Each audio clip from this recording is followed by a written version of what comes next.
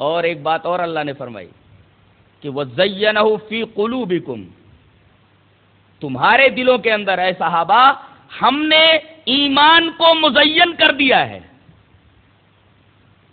کپڑے کی مثال سے میں نے تقویٰ کو سمجھایا تھا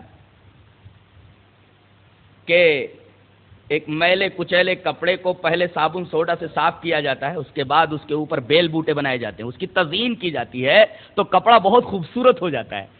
تو اللہ تبارک و تعالی نے ایک تو ایمان کے ذریعے ان کے دلوں کے میل کو صاف کر دیا، دوسرے ایمان کی محبت ان کے دلوں کے اندر ڈال دی، اور یہی نہیں بلکہ ایمان کو ان کے لیے مزین کر دیا۔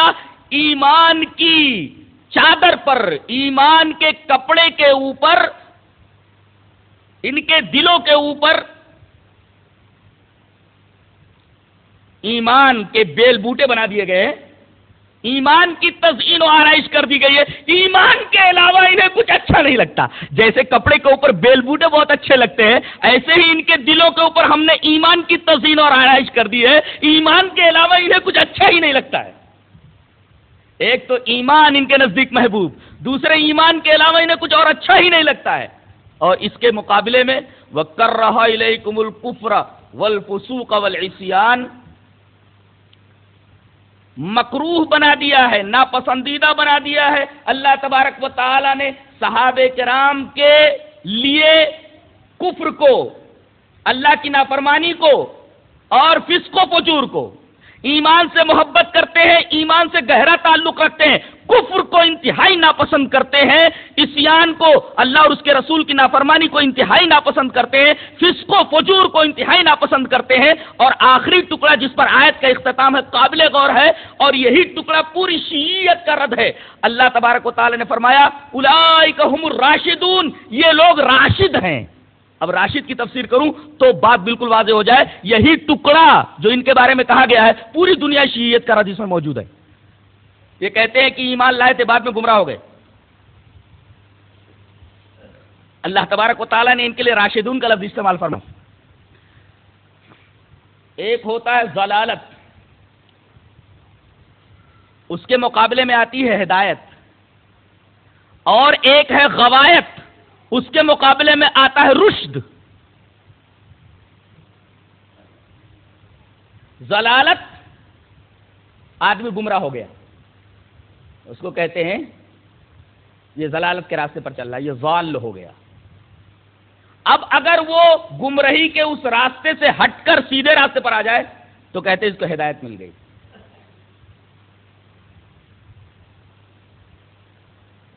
رشد کسے کہتے ہیں؟ سیدھے راستے پر آ جانا۔ اور غوایت کسے بولتے ہیں جو اس کا اپوزٹ ہے؟ سیدھے راستے پر آ جانے کے بعد گمراہ ہو جانا۔ ایک ہے کہ ابھی سیدھے راستے پر آیا ہی نہیں، گمراہ ہے، اس کے بعد اسے ہدایت ملی، اور ایک ہے سیدھے راستے پر آ جانے کے بعد گمراہ ہو گیا، تو اس کے لیے غوایت کا لفظ آتا ہے جو رشد کا اپوزٹ ہے۔ اللہ تبارک و تعالی نے یہاں وہی لفظ رشد استعمال فرمایا، اولئک هم الراشدون۔ صحابہ کرام نے جب ہدایت قبول کر لی تو زندگی بھر وہ اس راستے سے نہیں ہٹے، گمراہ نہیں ہوئے وہ، اس لیے کہ رشد کا اپوزٹ غوایت آتا ہے، ایمان لانے کے بعد بھٹک جانا۔ تو جب اللہ نے انہیں راشد کہہ دیا تو اس کا مطلب یہ ہوا کہ جب سے انہوں نے ہدایت قبول کی، مرتے دم تک ہدایت ان کے ہاتھ سے نہیں چھوٹی۔ اولئک هم الراشدون پوری دنیا شیعیت کا رد ہے۔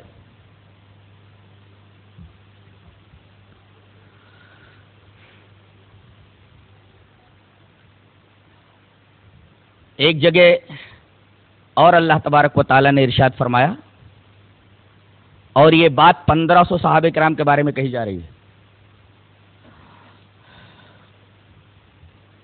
سورہ فتح کی آیت ہے، لقد رضی اللہ عن المؤمنین اذ یبایعونک تحت الشجرۃ فعلم ما فی قلوبہم فجعل من دون ذلک فتحا قریبا۔ اس کے کئی ٹکڑے قابل غور ہیں۔ لقد رضی اللہ عن المؤمنین، اللہ راضی ہو گیا ان تمام مومنین سے۔ یہ ان صحابہ کرام کے بارے میں بات کہی جا رہی ہے جو نبی کریم صلی اللہ علیہ وسلم کے ساتھ حدیبیہ کی صلح کے وقت موجود تھے۔ سب کو مومن کہا گیا ہے. بڑی چیز اذ یبایعونک تحت الشجرہ، یہ آپ کے ہاتھ پر بیعت کر رہے تھے درخت کے نیچے، سبوں نے آپ کے ہاتھ پر بیعت کی ہے. تیسری چیز جو اس پوری آیت کی جان ہے اور صحابہ کرام کی فضیلت اور عظمت پر دلیل ہے، فعلم ما فی قلوبہم، اللہ نے جان لیا کہ ان کے دلوں میں کیا ہے. ان کے دلوں کے اندر جو صدق و صفا کے جذبات ہیں، اللہ نے ان کے دل کے اندر صدق و صفا کے جذبات کو جان لیا ہے. یہ ٹکڑا دشمنان صحابہ کی تردید کے لیے کافی ہے، جو کہتے ہیں کہ ایمان لانے کے بعد وہ لوگ بھٹک گئے تھے، یا وہ لوگ ایمان ہی نہیں لائے تھے بلکہ نفاق کی حالت میں وہ نبی کریم صلی اللہ علیہ وسلم کے ساتھ رہے. اللہ تبارک و تعالی نے ان کے دل کا حال بیان فرمایا ہے. فعلم ما فی قلوبہم، اللہ تبارک و تعالی نے ان کے دل کے اندر صدق و صفا کے جذبات کو جان لیا تھا کہ انہوں نے سچے دل سے اللہ اور اس کے رسول کے راستے کو قبول کیا ہے.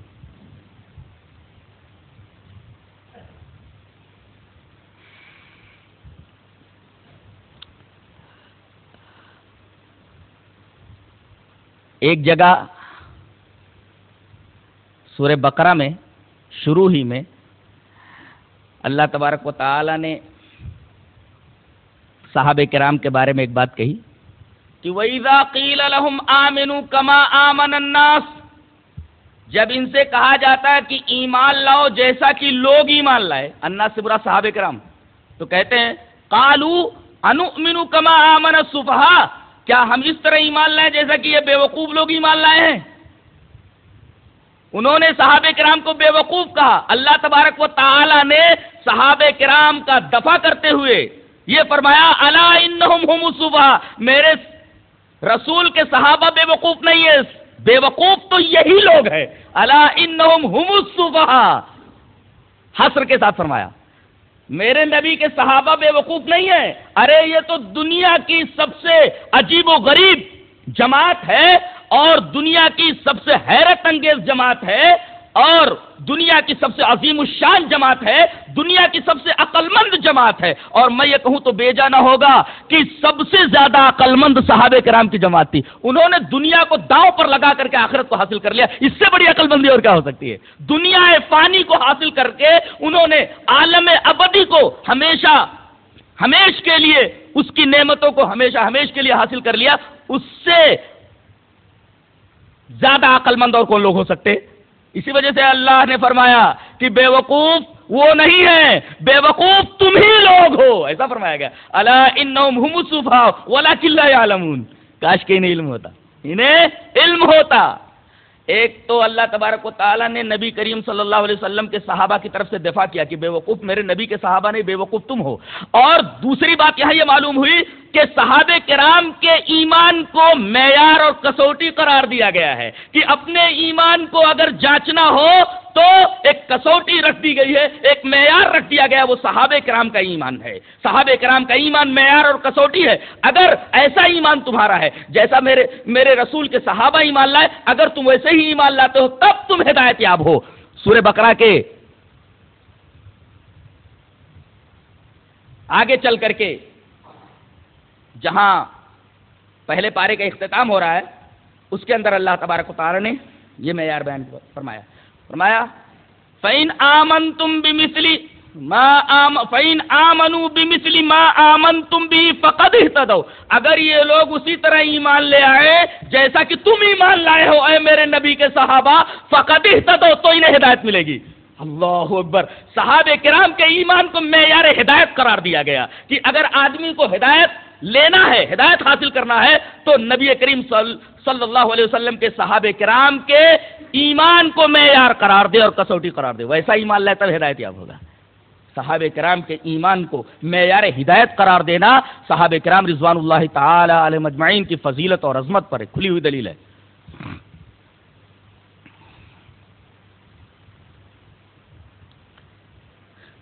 ایک جگہ تو فرما دیا گیا کہ اگر کوئی میرے نبی کے صحابہ کے راستے سے ہٹ جائے تو اس کے لیے جہنم ہے. فرمایا گیا وَمَن يُشَاقِقِ الرَّسُولَ من بعد ما تبین له الهدى ويتبع غیر سبیل المؤمنین نوله ما تولى ونصله جہنم.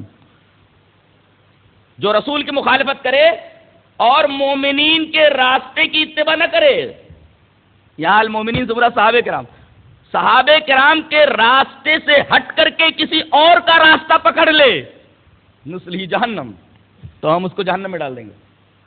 گویا صحابہ کرام کے راستے سے ہٹنا جہنم میں اپنے آپ کو داخل کرنے کے مرادف ہے. صحابہ کرام کا راستہ، صحابہ کرام کا منہج ہی صحیح منہج، صحیح راستہ ہے.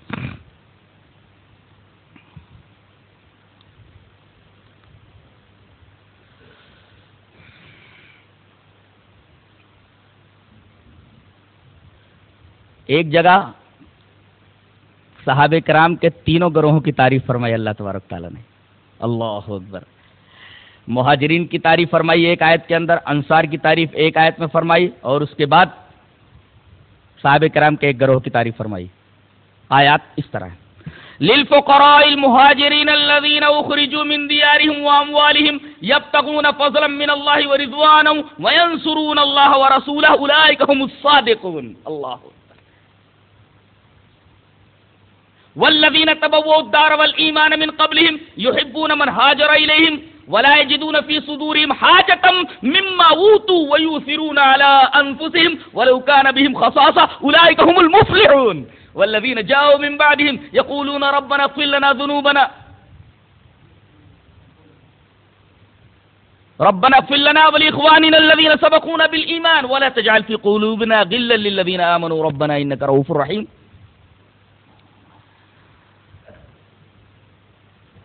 وہ غریب مہاجرین جو اپنے گھروں سے اور اپنے مالوں سے نکال دیے گئے، ان کا مال چھین لیا گیا، ان کی جائیداد چھین لی گئی، ان کا گھر چھین لیا گیا، ان کے دیار سے ان کو نکال دیا گیا، ان کو گھر سے بے گھر کر دیا گیا.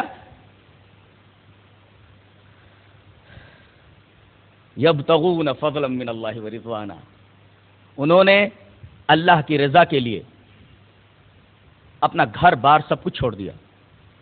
وینصرون اللہ ورسولہ، بس اللہ اور اس کے رسول کی مدد کرنے ہی کے لیے اپنی زندگیوں کو وقف کر دیا. ڈگری کیا دی گئی؟ اولئک هم الصادقون، یہ لوگ اپنے دعوے ایمان میں سچے ہیں. ان کا دعوے ایمان بالکل صحیح ہے، اپنے دعوے ایمان میں بالکل سچے ہیں. مہاجرین کی جماعت کو اللہ تبارک و تعالی نے سچا قرار دیا، ایمان کے اعتبار سے، عمل کے اعتبار سے، فکر کے اعتبار سے، زندگی کے ہر پہلو کے اعتبار سے اللہ تبارک و تعالی نے انہیں سچا قرار دیا.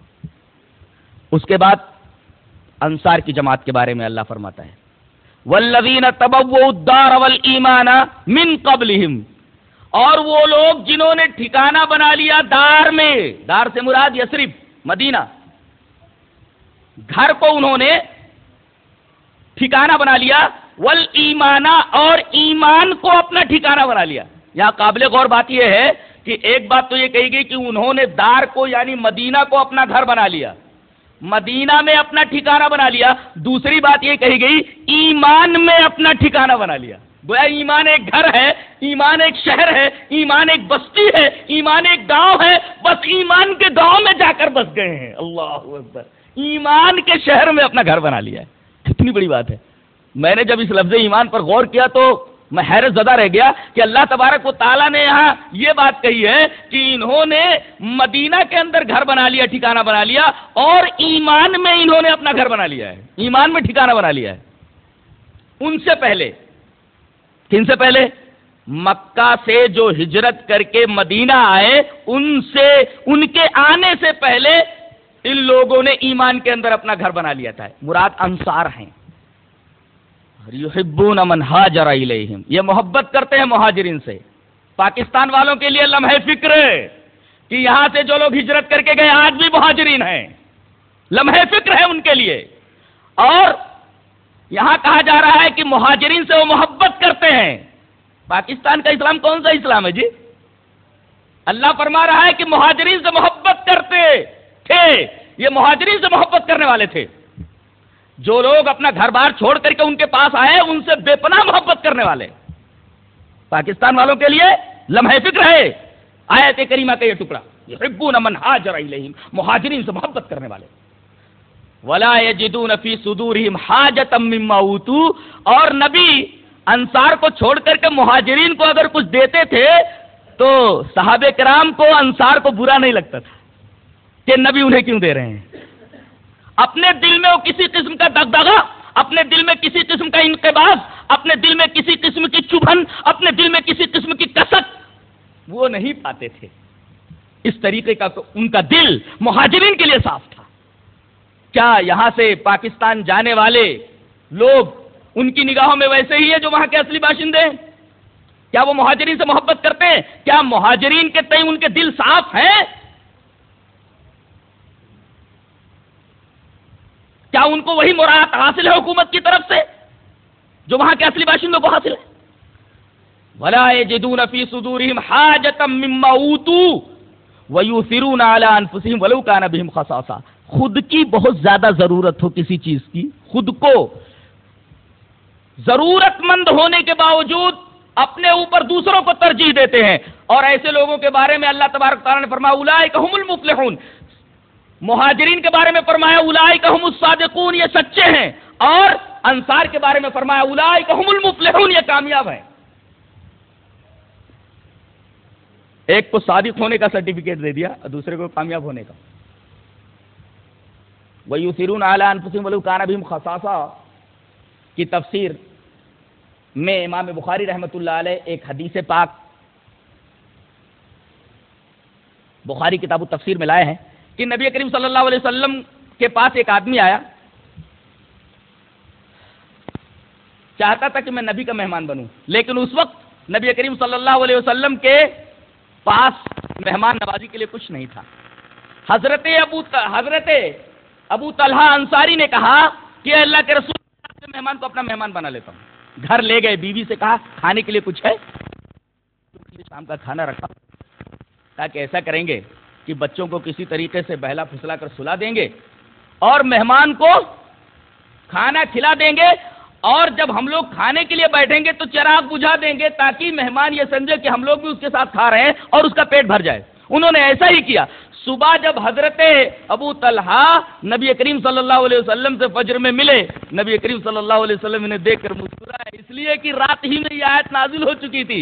اللہ کے رسول نے فرمایا یہ آیت ہماری بیوی کے بارے میں نازل ہوئی ہے. وَيُؤْثِرُونَ عَلَىٰ أَنفُسِهِمْ وَلَوْ كَانَ بِهِمْ خَصَاصَةٌ. جس چیز کی خود انہیں بہت زیادہ ضرورت تھی، ضرورت مند ہونے کے باوجود اپنے آپ صحابہ کرام رضوان اللہ تعالی. تبھی تو اللہ نے کہا اولئک هم المفلحون، یہ کامیاب لوگ ہیں. تیسرے گروہ کے بارے میں فرمایا والذین جاؤوا من بعدہم، یہ تیسرا گروہ ان کے بعد جو آئے مہاجرین اور انصار کے بعد، یقولون ربنا اغفر لنا ولاخواننا الذین سبقونا بالایمان. اے ہمارے رب ہمیں بخش دے اور ہمارے ان بھائیوں کو بخش دے جو ہم سے پہلے ایمان کے اوپر اٹھ چکے، اور ہمارے دلوں میں ایمان والوں کے لیے کینہ مت بنا. یہ آیت کریمہ بھی بتا رہی ہے کہ صحابہ کرام سے جو کینہ رکھتا ہے در حقیقت وہ مسلمان نہیں ہے. صحابہ کرام سے محبت رکھنے والے مسلمان ہیں، صحابہ کرام سے بغض اور کینہ اور عداوت رکھنے والے لوگ دائرہ اسلام سے خارج ہیں.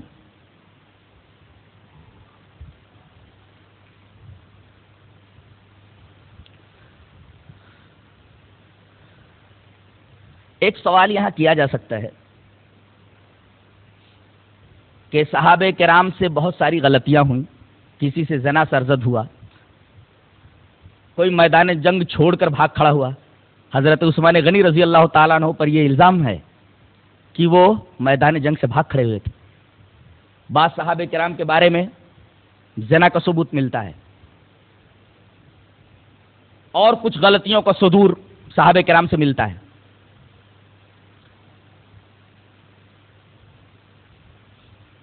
اس کا جواب کیا ہے؟ جواب اس کا یہ ہے کہ تربیت کے دوران جب یہ ایمان لائے تو ایمان لانے کے بعد ان کی تربیت شروع ہوئی اور ایک مدت تک نبی کے زیر صحبت ان کی تربیت ہوتی رہی. ایمان لانے کے بعد تربیت شروع ہوئی. اس لیے کہ نبی کا کام جہاں کتاب کو پہنچا دینا تھا وہاں تعلیم تھی، تربیت تھی، تو ایمان جب لائے تو ان کی تربیت شروع ہوئی، اور دوران تربیت شاگردوں کی کمزوریاں، خامیاں، غلطیاں یہ سب نمایاں ہوتی ہیں، ظاہر ہوتی ہیں، اور استاد ان غلطیوں کو دیکھ کر کے، ان خامیوں اور کمزوریوں کو دیکھ کر کے ان کی اصلاح کرتا ہے۔ جب ان غلطیوں اور خامیوں کی اصلاح ہو جاتی ہے تب شاگرد کی زندگی معیاری بنتی ہے۔ تو جتنی خطائیں صحابہ کرام سے ہوئی وہ دوران تربیت ہوئی، اور دوران تربیت اگر شاگرد سے غلطی ہو جائے تو یہ موجب قدح نہیں ہے، قابل اعتراض بات نہیں ہے۔ یہ غلطیاں کب ہوئیں؟ جب وہ تربیت کے درمیان تھے، اور جب ان کی تربیت مکمل ہو گئی تو اللہ تبارک و تعالی نے ان کے بارے میں رضی اللہ عنہ ورضوا کہہ کر کے، ورضوا عنہ کہہ کر کے